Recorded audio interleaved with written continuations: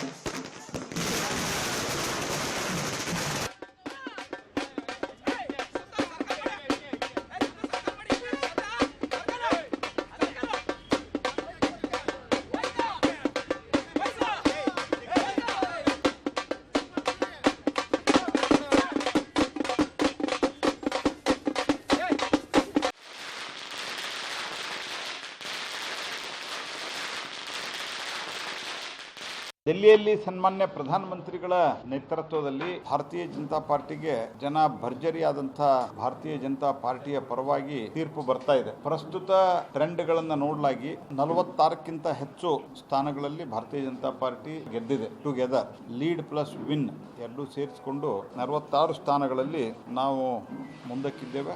27 ವರ್ಷಗಳ ನಂತರದಲ್ಲಿ ಭಾರತೀಯ ಜನತಾ ಪಾರ್ಟಿಗೆ ಒಂದು ಅಭೂತಪೂರ್ವವಾಗಿರ್ತಕ್ಕಂಥ ಗೆಲುವು ದೆಹಲಿ ರಾಜ್ಯದಲ್ಲಿ ಆಗಿದೆ. ಹಾಗಾಗಿ ಸಂದರ್ಭದಲ್ಲಿ ದೆಹಲಿಯ ನಮ್ಮ ಎಲ್ಲ ಪಕ್ಷದ ಮುಖಂಡರಿಗೆ, ಕಾರ್ಯಕರ್ತರಿಗೆ ಹಾಗೂ ಮತದಾರರಿಗೆ ಅಭಿನಂದನೆಯನ್ನ ನಾನು ಸಲ್ಲಿಸೋದಕ್ಕೆ ಇಚ್ಛೆ ಪಡ್ತೇನೆ. ದೇಶದ ಪ್ರಬುದ್ಧ ಮತದಾರರು ದೆಹಲಿ ರಾಜ್ಯದ ಅಭಿವೃದ್ಧಿಯ ದೃಷ್ಟಿಯಿಂದ ಭಾರತೀಯ ಜನತಾ ಪಾರ್ಟಿಯನ್ನ ಗೆಲ್ಲಿಸಬೇಕು, ನರೇಂದ್ರ ಮೋದಿಜಿಯವರ ಕೈಯನ್ನ ಬಲಪಡಿಸಬೇಕು ಅನ್ನುವ ನಿಟ್ಟಿನಲ್ಲಿ ಇವತ್ತು ಮತ್ತೊಮ್ಮೆ ನಮಗೆ ಆಶೀರ್ವಾದವನ್ನು ಮಾಡಿದ್ದಾರೆ.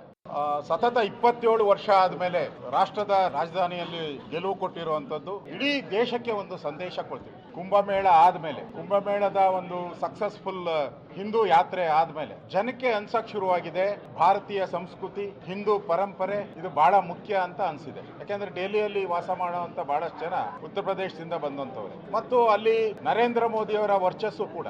ಈ ಗೆಲುವು ನರೇಂದ್ರ ಮೋದಿ ಅವರಿಗೆ, ಅಮಿತ್ ಶಾ ಅವರಿಗೆ, ನಡ್ಡಾ ಅವರಿಗೆ, ನಮ್ಮ ಡೆಲ್ಲಿ ಘಟಕದ ಅಧ್ಯಕ್ಷರಿಗೆ, ಕಾರ್ಯಕರ್ತರಿಗೆ ನಾನು ಅಭಿನಂದನೆ ಸಲ್ಲಿಸ್ತೀನಿ. ನೀವು ಈ ಗೆಲುವೇನು ಕೊಟ್ಟಿದ್ದೀರಾ ಅದು ಇಡೀ ದೇಶಕ್ಕೆ ಗೆಲುವನ್ನು ಕೊಟ್ಟಿದ್ದೀರಾ. ಲೋಕಸಭಾ ಚುನಾವಣೆ ನಂತರ ಹರಿಯಾಣದ ಫಲಿತಾಂಶ ಭಾಜಪ ಪರವಾಗಿ ಬಂತು, ಮಹಾರಾಷ್ಟ್ರದ ಫಲಿತಾಂಶ ಭಾಜಪ ಪರವಾಗಿ ಬಂತು. ಈಗ 27 ವರ್ಷಗಳ ನಂತರ ದೆಹಲಿಯಲ್ಲಿ ಭಾರತೀಯ ಜನತಾ ಪಾರ್ಟಿ ಅಧಿಕಾರದ ಗದ್ದಿಗೆಯನ್ನು ಹಿಡಿದಿದೆ. ಇದಕ್ಕೆ ಕಾರಣಕರ್ತರಾಗಿರ್ತಕ್ಕಂಥ ಕಾರ್ಯಕರ್ತರಿಗೆ, ದೆಹಲಿಯ ಮಹಾಜನತೆಗೆ ಮತ್ತು ನರೇಂದ್ರ ಮೋದಿಜಿಯವರು, JP ನಡ್ಡಾಜಿಯವರು, ಅಮಿತ್ ಶಾ ರಾದಿಯಾಗಿ ಎಲ್ಲ ನಾಯಕರಿಗೆ ನಾನು ಅಭಿನಂದನೆಗಳನ್ನು ಸಲ್ಲಿಸಲಿಕ್ಕೆ ಬಯಸ್ತೇನೆ. ಯಾವಾಗಲೂ ಗೆಲುವು ನಮಗೆ ಸ್ವಾಭಾವಿಕವಾಗಿರೋ ಪ್ರೇರಣೆಯನ್ನ ಕೊಡುತ್ತೆ. ಈ ಗೆಲುವು ಕೂಡ ನಮಗೆ ಪ್ರೇರಣೆಯನ್ನು ಕೊಟ್ಟಿದೆ. ಭ್ರಷ್ಟಾಚಾರದ ವಿರುದ್ಧವಾಗಿ ನಮ್ಮ ಹೋರಾಟ ಇದೆ ಅಂತೇಳಿ ಕೇಜ್ರಿವಾಲ್ ರವರು ಏನು ಹೋರಾಟವನ್ನ ನಡೆಸಿ ಅಧಿಕಾರ ಗಿಟ್ಟಿಸಿದ್ರು, ಇವತ್ತು ಅವರೇ ಭ್ರಷ್ಟಾಚಾರದಲ್ಲಿ ಸಿಲುಕಿ ಅವರ ಸರ್ಕಾರ ಭ್ರಷ್ಟಾಚಾರಕ್ಕೆ ಬಲಿಯಾಗಿದೆ. ಕಾಂಗ್ರೆಸ್ ಒಂದು ಬರ್ತದೆ ಅಂತ ಪಾಪ ಅದು ಕೂಡ ತಪ್ಪು ಲೆಕ್ಕ ಹಾಕಿದ್ರು ಅವರು. ಆದ್ರೆ ಈಗೇನಾಯ್ತು, ಒಂದು ಕೂಡ ಅವರಿಗೆ ಬರುವಂತ ಸ್ಥಿತಿಯಲ್ಲಿ ಅವ್ರು ಇಲ್ಲದೆ ಇರೋದ್ರಿಂದ ಇನ್ನು ಮುಂದೆ EVMಗಳ ಮೇಲೆ ಮಾತಾಡೋದನ್ನ ಅವರು ನಿಲ್ಲಿಸಬೇಕು. ಇವತ್ತು ಕಾಂಗ್ರೆಸ್ನ ನಿಜ ಸ್ಥಿತಿ ಏನು ದೇಶದಲ್ಲಿ ಅಂತಕ್ಕಂಥದ್ದು ದೆಹಲಿಯ ಫಲಿತಾಂಶ ಇವತ್ತು ನಿಮಗೆ ಎತ್ತಿಕೊಟ್ಟಿದೆ.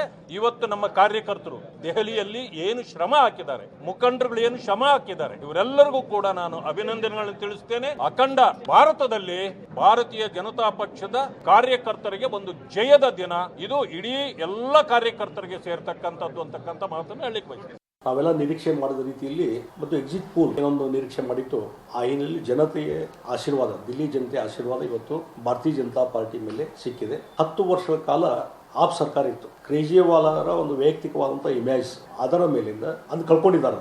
ಮತ್ತು ನರೇಂದ್ರ ಮೋದಿ ಅವರ ನಾಯಕತ್ವ ಈ ದೇಶವನ್ನ ಸಂರಕ್ಷಣೆ ಮಾಡಿದೆ, ರಕ್ಷಣೆ ಕೊಟ್ಟಿದೆ ಮತ್ತು ಇಡೀ ಜಗತ್ತಿನಲ್ಲಿ ಒಂದು ಗೌರವ ತರುವಂತ ಕೆಲಸ ಮೋದಿ ಅವರ ನಾಯಕತ್ವ ಮಾಡಿದ್ರಿಂದ ಇವತ್ತು ಮೋದಿಯವರ ನಾಯಕತ್ವ ದಿಲ್ಲಿಗೂ ಬೇಕು ಅನ್ನುವಂಥ ಹಿನ್ನೆಲೆ ಇಟ್ಟುಕೊಂಡು ಇವತ್ತು ಭಾರತೀಯ ಜನತಾ ಪಾರ್ಟಿಯಿಂದ ಆರಿಸಿ ತೊಗೊಂಬಂದಿದ್ದಾರೆ. ದಿಲ್ಲಿಯ ಜನತೆಯನ್ನು ನಾನು ಅಭಿನಂದನೆ ಸಲ್ಲಿಸ್ತೇನೆ.